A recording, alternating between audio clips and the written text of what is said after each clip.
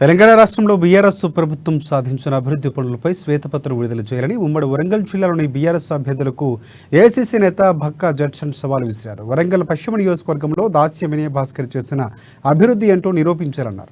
దాస్యం వినయ్పై ఆయన ఛార్జ్షీట్ విడుదల చేశారు.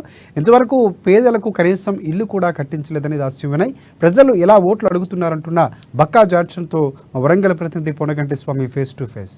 తెలంగాణ రాష్ట్రంలో మొత్తానికైతే ఎన్నికలు సమయిస్తున్న వేళ ఇక్కడ ఉమ్మడి వరంగల్ జిల్లా వ్యాప్తంగా కూడా ఒక సంచలనం హాట్ టాపిక్ గా మారింది. ఇప్పటికైతే కాంగ్రెస్ నేతలు ఉమ్మడి వరంగల్ జిల్లాలో కూడా 9 ఏళ్ల పాటు పాలించిన బీఆర్ఎస్ నేతలపై కావచ్చు, ఇప్పుడు ఉన్న ఎమ్మెల్యే అభ్యర్థులపై కూడా మొత్తానికైతే ఏఐసిసి మెంబరు జడ్సన్ గారు మొత్తానికైతే ఇక్కడ కాంగ్రెస్ పార్టీ విశాల్ భవన్ లో కూడా ఒక చార్జ్ షీట్స్ అయితే విడుదల చేసిన పరిస్థితి కనపడుతుంది. మొత్తానికైతే ఎవరిపైన ఏమేమి చార్జ్ షీట్ లో ఏమేమి అంశాలు ఉన్నాయి మొత్తానికైతే అడిగి తెలుసుకునే ప్రయత్నం చేద్దాం.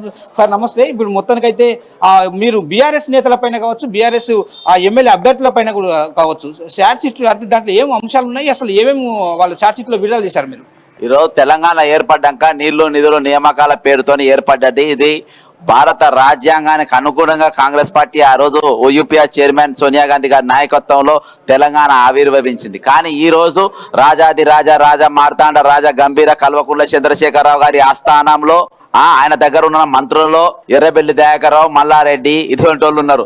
ఈ రోజు మనం చెట్లు పెరుగుడు చూసినాం, లేకుంటే చిన్న పిల్లలు పెరుగుడు చూసినాం, పుట్టిన పిల్లలు మాట్లాడి చూసినాం, డెవలప్మెంట్ చూసినాం. కానీ ఈ రోజు మన భూములు పెరుగుడు నేను ఎక్కడ చూడలే. కానీ మంత్రి మల్లారెడ్డి ఆయన మీద నిన్న ఛార్జ్షీట్ రిలీజ్ చేసిన 22 ఎకరాలు 33 ధరణిలో 33 ఎకరాలు పెరిగిందంట. ఎట్లా పెరిగింది అంటే ఇదొక వింత. ఇది రాజరాజ మార్తాండ హయాంలో జరుగుతుంది. ఇంకోటి ఆయన ఒకటే సంవత్సరం 1973 సంవత్సరాల 3 కాలేజీలలో డిగ్రీ చేసినాడు. Basic college, government college, Lakshmi గౌట్ జూనియర్ కాలేజీ ప్యాట్నీలా 3 కాలేజీలో ఎట్లా ఇంటర్మీడియట్ చేసిండు? ఇది కల్వకుంట్ల దగ్గరనే సాధ్యం. ఈ రోజు ఎర్రబెల్లి దయాకర్రావు గారు కూడా 6 సంవత్సరాలు అంటే 6 పర్యాయాలు ఆయన ఎమ్మెల్యే, 3 సార్లు వర్ధనపేట, 3 సార్లు ఇది. ఆయన నిన్న ఇచ్చిన స్టేట్మెంట్ ఏంటి? బీఆర్ఎస్ కు ఓటేసిన వాళ్ళకే, బీఆర్ఎస్ కార్యకర్తలకే నేను నౌకర్లు ఇస్తా అని అన్నాడు. అరే బాబు, నీ పెన్షన్ నువ్వు పన్ను ఏదైతే కడుతున్నావు, నువ్వు జీతం తీసుకుంటున్నావో ఆ జీతము ప్రజలు 4 కోట్ల మంది పన్ను కడితే నీకు జీతం ఇస్తున్నారు. 4 కోట్ల మంది పన్ను కడితే నువ్వు ఆ బండ్లే ఊరేగిస్తున్నావు. అసోంటోనివి నువ్వు ఎన్నికల వరకే ఒక పార్టీ, ఎన్నికలు అయినాక నువ్వు అందరి వాడి 4 కోట్ల మందికి నువ్వు జవాబుదారి. అసోంటోని వాళ్ళకి తప్ప నౌకరీ అంటే నౌకరీ నువ్వేమునిరా బయ్యనికి? నౌకరీ ఇచ్చేది టీఎస్పీసీ పరీక్ష పెడతారు, వాళ్ళ ద్వారా నీకు ఎగ్జామ్. అంటే నువ్వు నౌకరీ ఇస్తే క్వశ్చన్ పేపర్ అమ్ముకుంటూ రియలే కదా. కలవకుండా కవితని క్వశ్చన్ పేపర్ ఇచ్చిందా? మన బీఆర్ఎస్ వాళ్ళకే నువ్వు క్వశ్చన్ పేపర్ వేరే వాళ్ళకి ఇద్దని. అందుకని ఇలా మార్నింగ్ ఆయన పైన శ్వేతపత్రము ప్లస్ ఈ రోజు వినయ్ భాస్కర్ మీద 10 సంవత్సరాలు షార్ట్ షీట్ విడుదల చేసినాం. ఈ రోజు వినయ్ భాస్కర్ ఆయన ఈ రోజు వీళ్ళు రూలింగ్ గవర్నమెంట్ లో ఉన్నారు, వీళ్ళు వాగ్దానాలు చేయనికి లేదు. నీ 15 సంవత్సరాలు మీరు ఏం చేశారు? 5 ఏళ్ళు ఉద్యమంలో తీసేద్దాం. ఈ 9.5 సంవత్సరాలు నువ్వు ఏం చేసినావు? ఏది కోచ్ ఫ్యాక్టరీ తీసుకొని వచ్చినావా? కాజీపేటకు బస్ స్టాండ్ తీసుకొచ్చినావా? నీ అన్నకళ నెరవేర్చినావా? లేకుంటే బస్ డిపో తీసుకొని వచ్చినావా? నువ్వు ఎంత ఏది మన రిటర్నింగ్ టైర్ తీసుకొచ్చి టైర్ల కంపెనీ తీసుకొచ్చినావా? నువ్వు ఏం తీసుకొచ్చినావు? ఇలా ఎంతమందికి ఉపాధి కనిపించినావు? Double bedroom. మీరు చలికి అలా ఏదో ఉన్నదో లేదో గుడిసెలు వేసుకొని ఉంటే ఈ ఇంట్లో ఉంటారా మీరు? మన ముఖ్యమంత్రి చెప్పిన డబల్ బెడ్రూమ్ ఉండాలని వాళ్ళందరినీ కాల్ చేపించి ఇక్కడ అంబేద్కర్ నగర్ డబల్ బెడ్రూమ్లు కట్టి, న్యూ షాంపేట డబల్ బెడ్రూమ్ కట్టి ఈ రోజు ఒక్క ఇల్లు కూడా ఇవ్వలేదు. మీరు మనుషులా పశువులా?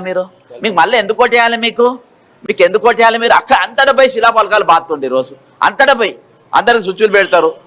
రిటైర్మెంట్ గ్రూప్ వాళ్ళతో గ్రూప్ యూనియన్ తయారు చేస్తారు, ఆటో యూనియన్, అన్ని యూనియన్లు తయారు చేస్తారు. అలా స్విచ్లు పెట్టుకుంటే ఈ రోజు నువ్వు బతుకుతా ఉండవు. నువ్వు ఒకటే చెప్తున్నా, నువ్వు ఏం నిన్న రాజేందర్ రెడ్డి గారు అక్కడికి ప్రచారానికి పోతే కూడా అడ్డుకున్నారట. నువ్వు అవన్నీ గిట్టుకుని చిల్లర పనులు చేయొద్దు. యు ఆర్ ఏ విప్, నువ్వు రిప్రజెంటేటివ్. నువ్వు హుందాగా వ్యవహరించాలి, చిల్లరగా నువ్వు చిల్లరగాని కాదు, నువ్వు రోడ్ రోమియో లంపెన్ గాని కాదు, నువ్వు కేటీఆర్ లెక్క. థ్యాంక్ యూ అండి. మొత్తానికి చూసుకుంటే ఇక్కడ కాంగ్రెస్ నేతలు అయితే పశ్చిమ నియోజకవర్గం దాస్యం వినయ్ భాస్కర్ బీఆర్ఎస్ అభ్యర్థిగా కొనసాగుతున్న పరిస్థితి అయితే కనపడుతుంది. ఇది మొత్తానికైతే కాంగ్రెస్ విశాల్ భవన్ నుంచి మొత్తానికైతే తాజా పరిస్థితి. కెమెరా పర్సన్ బాలుతో స్వామి, అమ్మా న్యూస్, వరంగల్.